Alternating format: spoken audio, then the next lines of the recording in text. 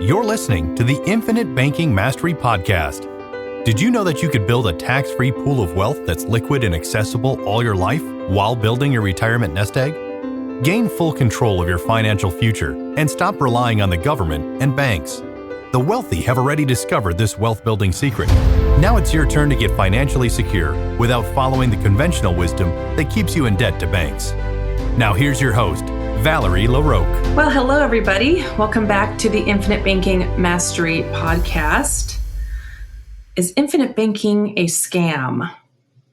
Well, I was looking up different types of phrases recently that people are Googling or trying to find the answer to. I just thought it would be helpful to record some podcasts answering some of the questions or popular phrases that people Google when they are trying to figure this out. And that was one of the phrases, is infinite banking a scam?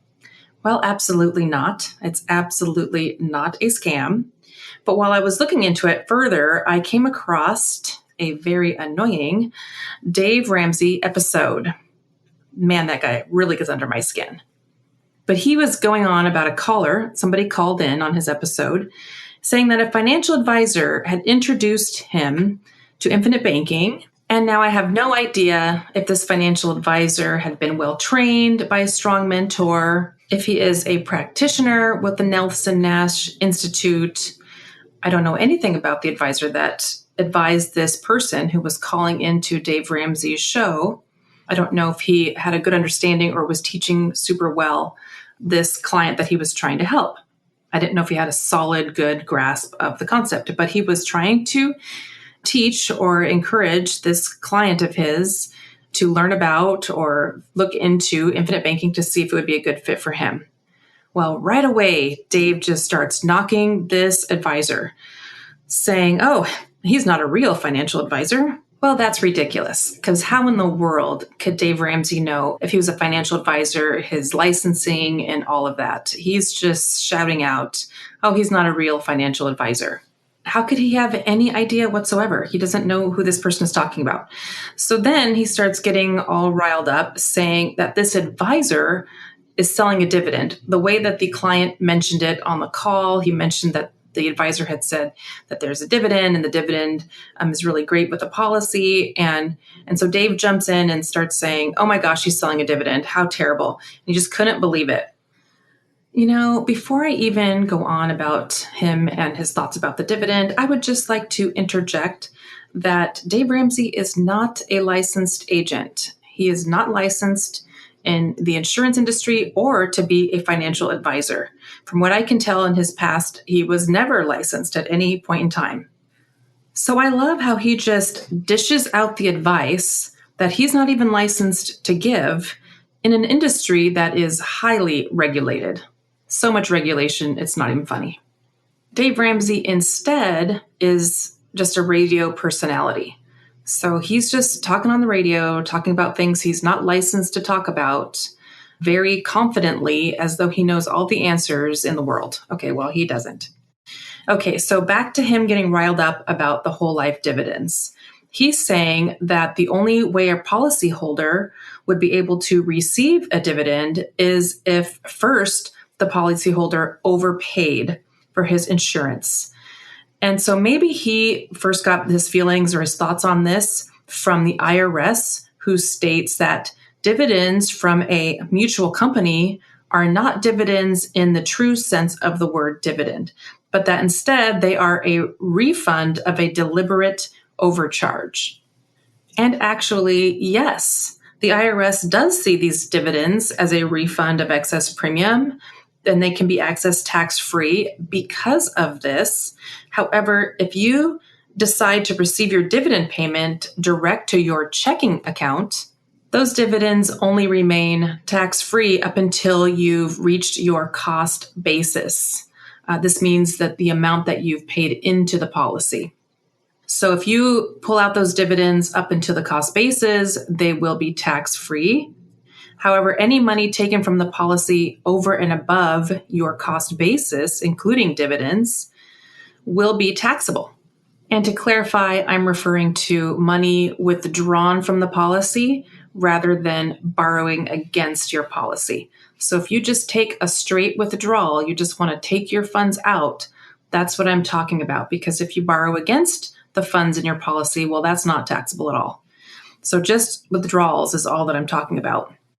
Dave goes on to say that the insurance company is simply overcharging you to be able to pay a dividend to make you feel like you're making money. Really, I mean, he really should know a lot more about something before he goes spouting off nonsense, is what I think. Okay, so I'm looking at an illustration right now of a client age 40 who started at a premium of $35,000 a year. That's base premium and paid up additions premium combined. So at some point, that paid up additions will have to come off. Then you don't have to start as high as $35,000. It can be almost any number you want. I just want to state that again, because just because this is an example of a higher number doesn't mean that that you have to have a high premium to start. It can be almost any amount depending on your age and your health and all of that. So this example I'm talking about is a person who started at age 40 at $35,000 a year total. And by age 70, he will have paid in this example, about $501,000 and is projected at that point, at that age 70, to have nearly $1 million in cash value. So I paid in about $500,000 and I can access just about $1 million. But I thought I was just simply being overcharged. And oh, by the way, the death benefit at that time is over $1.6 million and growing. I have another illustration here that at age 75 is showing $3.5 million paid into the contract and a projected $6.9 million in cash value. Now, I have to say projected because the dividends can fluctuate. And sometimes it's possible for a life insurance company to miss a dividend altogether. Although the companies that we work with have never missed a dividend since inception of the company, but it is possible. Certainly our world is a little nuts. And so it is possible for a company to miss a dividend, or it could be different than what they have projected. But the illustration and the company that I'm referring to at this moment is a very conservative company and illustrates conservative dividends. And actually, it's more likely that you would receive a higher dividend than illustrated. My clients who have had policies with this company and myself for over 10 years, we do find that the cash value is very, very close to what it was stated in the illustration years ago. Because one thing that's guaranteed about illustrations is that they are guaranteed not to look like that to your whole future with the policy. It's basically a guarantee to look different, because you don't know what the dividend's going to be. And so it's not going to be looking just like what you are looking at on the illustration. But anyhow, this example, $3.5 million was paid in, $6.9 million available at age 75. And that was with a death benefit of over $10 million by that point. So let me tell you, if I'm funding $3.5 million into a contract that ends up at just about $7 million when I'm in my 70s, that this whole time has been guaranteed to grow, protected from a bad day in the market, accessible income tax free, where I can access the death benefit for a critical, chronic, or terminal illness, and will ultimately leave an awesome tax-free legacy to my loved ones, I will take that deal all day long, my friend, all day long. I don't care what the IRS calls it. And if they call it something that benefits me, terrific, I will take it. But then the caller who's on Dave Ramsey's show then mentions how he didn't like how he would have to pay interest to borrow the money. And our friend Dave goes on to say, yeah, and whose money are you borrowing? You're being charged to borrow your own money. Wrong again, Dave. You're borrowing the insurance company's money. You're borrowing the insurance company's money so that your money can continue to grow.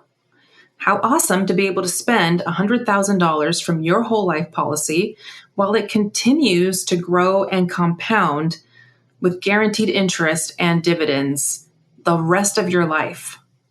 So you're able to borrow money, use the value of the money that's in there. It will continue to grow for you, but you can still do whatever you had planned to do with that money while it's still growing. And how awesome to be able to access that money at rates as low as 4%, guaranteed for the rest of your life. Obviously, right now, interest rates for loans are much higher than they have been. And so lots of my clients have been very excited to know that they have access to money at 4%. I've had clients call in and say, oh my gosh, my car broke down, I need a car. And they can borrow that money from themselves at a much lower rate. And in addition, be in full control of that loan. They can charge themselves whatever they want. They can pay back whatever car payment they want to themselves. Of course, structuring something where you're paying yourself as an honest banker will be the best way and will be the best to grow their system and make it the best it can be. You will end up earning way more over time on that cash value that grows with uninterrupted compounding interest than you'll pay in interest on that loan. In addition, these funds are going to be protecting your family this whole time. And again, you're in complete control of the loan. Not to mention the awesome features of this strategy. I have not even incorporated the power of the actions of doing what bankers do with regards to your banking system. That is paying yourself back with interest. Just treating yourself like a banker and banking with this system, that blows it up to a whole new level. I'm just talking about the simplicity of the policy, how it works, and how awesome it is, even without incorporating the acting like a banker and banking with this policy and a system of policies. So then Dave goes on to say that your family doesn't get your cash value plus your death benefit. He says you only get the face value when you pass away. Well, it's true you don't get both the cash value and the death benefit if you're looking into the future at a certain time. However, you do get more money than what you started with. So if I use that same example of the person who was age 40, starting at $35,000 in premium, that starting death benefit was $890,000. By age 90, the cash value is projected to be at $2.1 million. And the death benefit is projected to be over $2.5 million. So if the person passed away, they're not going to get $2.1 million plus $2.5 million. They're just going to get the $2.5 million. However, that's much greater than what you started with at $890,000. In fact, $890,000 plus the $2.1 million is higher than the ultimate death benefit that will be given, but not that much. So you're almost getting your starting death benefit plus your cash value. It's just a little bit shy of that. People sometimes get hung up on that. Well, there's policies where I can get the death benefit and the cash value. Or why don't I get my cash value? The company's keeping it from me. Well, if you've built up $2.1 million, and that essentially would be what you would leave your family, and in any other kind of vehicle, isn't it nice that you can trade the company $2.1 million for a death benefit of $2.5 instead? Had you built this up in the market or anywhere else, this $2.1 million, you would have to pay tax on that. Your family would not get a death benefit that's tax-free. They instead would get that money minus any taxes owed. Whereas if we talk about those policies that do state you can get both the cash value and the death benefit when you pass away, if you actually keep that feature on the policy into old age, with that type of policy, it's way more likely to lapse. You're most likely your family's not going to get the death benefit or the cash value, because even these style policies that state, oh yeah, you can have the cash value plus the death benefit. These policies, if you have a good advisor, a good life insurance agent, would normally switch that over from cash value plus death benefit to death benefit only by the time that you are getting into your older years, usually over age 65 or so. So you might have had a starting death benefit. In this example, you might have had a starting death benefit of $890,000. And over time, it might be the cash value might be $1 million or $1.5 million or whatever. So yeah, if you passed away in your younger years and you had built up to $1 million or whatever before you passed away, you would be able to get the $1 million plus the $890,000 if your policy was still built in that way and did not switch over, if your agent did not switch it over. However, once you're in your older years, maybe age 70, 75, if you have a good agent advisor who's looking out for you and wants your policy not to lapse and doing the best they can for that, most likely your death benefit's going to bounce back down to that $890,000. It's not going to be higher than that. You're not going to get both, and you're going to have something like the same starting death benefit that you began with. Might be a little bit higher, but usually right about the same. And with a high possibility, these policies lapsing in general, your family is more likely to get nothing if you die at an older age. Wow, Dave Ramsey just really lights me up. This was totally not intended to be an episode about Dave Ramsey's nonsense. It just ended up being that way after I came across Dave Ramsey and his thoughts on IBC being a scam. So to sum it all up, no, the infinite banking concept is not a scam. I wouldn't have 9 whole life policies if it were. And I have been a financial advisor for just about 20 years now. And I wouldn't be putting all this effort into podcasting and teaching people this strategy for all these years if it didn't work and wasn't amazing. And I wouldn't be doing it for myself, obviously. It certainly would be much easier for me to just follow along with the masses and teach the same old thing everybody's teaching in the financial advising world with investments and mutual funds and all those things, your risk tolerance, investing according to this and that. Yeah, that'd be way easier because everybody's doing it and everybody gets it and everybody thinks that that's the way to do things. The thing is that I have to be able to sleep at night. And so I always will share the absolute best ideas and solutions that I can come up with that are in my clients' best interest and to help them reach their goals. I will certainly be answering to the big man upstairs someday, and I want him to be able to tell me, "Well done, my good and faithful servant." Anyhow, I'll stop ranting myself now and say that, as always, if you feel I would be a good fit for you and can help you, if you feel like you'd like to work together and have me as your IBC coach, please reach out to me at valerie@alphaomegawealth.com. I hope this was helpful. I hope it was interesting. I hope you have a wonderful week. Thank you for listening.